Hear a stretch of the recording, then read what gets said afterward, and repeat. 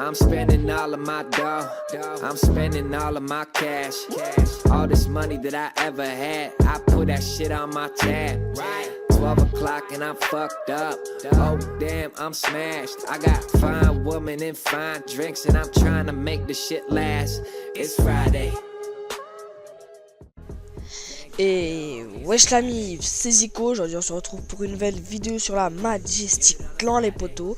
Aujourd'hui on va parler des DLC et du nouveau DLC qui va sortir, plus précisément des maps DLC qui vont sortir.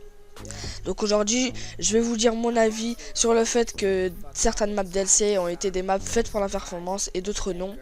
Et je vais vous dire si pour moi les maps du DLC 3 seront des maps performantes ou non. Donc comme vous l'avez vu, dans le DLC 1 on a eu la remasterisation de Hijacket qui a été Skyjacket. Donc sur cette map on a pu faire des grosses perfs, quand même il y a eu des codes nucléaires etc. Car on connaissait des déplacements de ces maps et comment spawn kill par exemple en hardcore.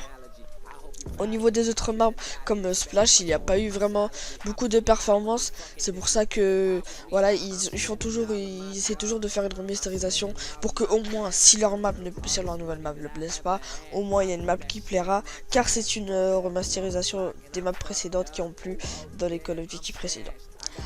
Au niveau du DLC 2, on n'a pas eu de remasterisation, mais on a eu des maps comme Verge qui, oui, pour moi, ont été des maps où on a pu faire de la performance.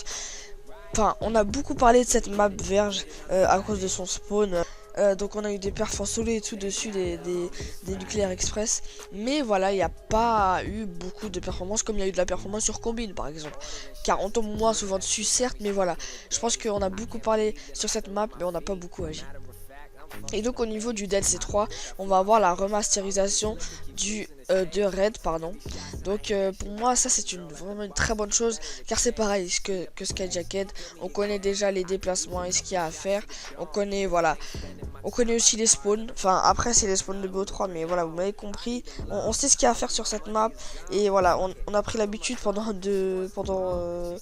4 ans, parce que oui, il y en a qui jouent 4 ans sur BO2, il y en a qui ont joué 3 ans, 2 ans, voilà.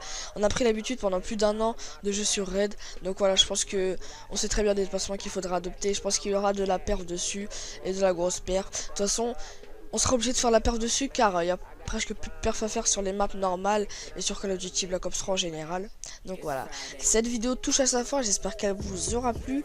Si elle t'a plu, toi derrière ton écran, n'hésite pas à laisser ton avis en commentaire si pour toi les maps du DLC 3 seront des maps faites pour la performance.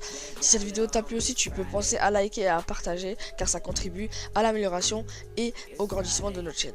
Donc voilà les gars, j'espère que cette vidéo vous aura plu. Moi je vous dis à la prochaine pour une prochaine vidéo sur la Majestic Clan. Allez, ciao.